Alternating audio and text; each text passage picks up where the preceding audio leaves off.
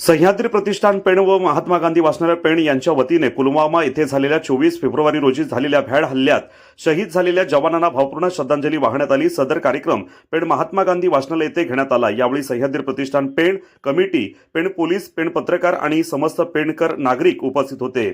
भारतीय जवान आपल्या कर्तव्यावर असताना 40 सीआरपीएफ जवानांना आपले प्राण गमवावे लागले। ही घटना 2019 मध्ये घडली होती, म्हणून 14 फेब्रुवारी हा दिवस संपूर्ण भारतात काळा दिवस म्हणून मानला जातो। याच पार्श्वभूमीवर सह्याद्री प्रतिष्ठानतर्फे कार्यक्रमाचे आयोजन केले जाते। यावेळी नागरिकांनी उपस्थित राहून जवानांना श्रद्धांजली वाहिली।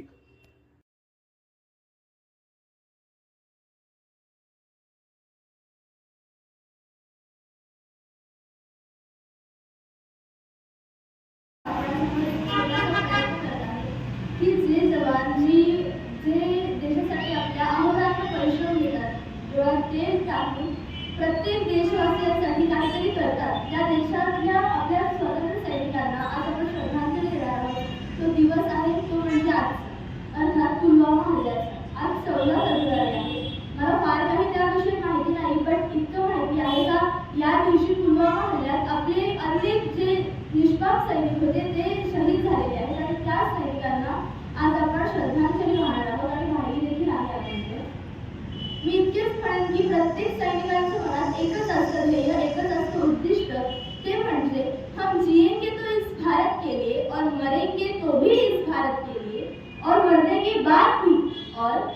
के बाद भी गंगा जल में बहती हमारी अस्थियों को अगर कोई कान लगाकर सुनेगा तो उनमें से एक ही आवाज आएगी, वो है भारत माता की जय।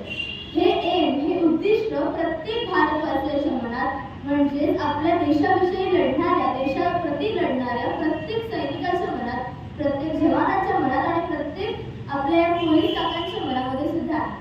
आणि याचप्रमाणे इथे जमलेले अनेक थोर आपल्या म्हणजे भूमीसाठी प्रयत्न करणारे आणि आपल्या भूमीला एकत्र करणारे आणि त्यांचं रक्षण करणाऱ्या जवानांना माझ्या मनापासून सलाम आहे।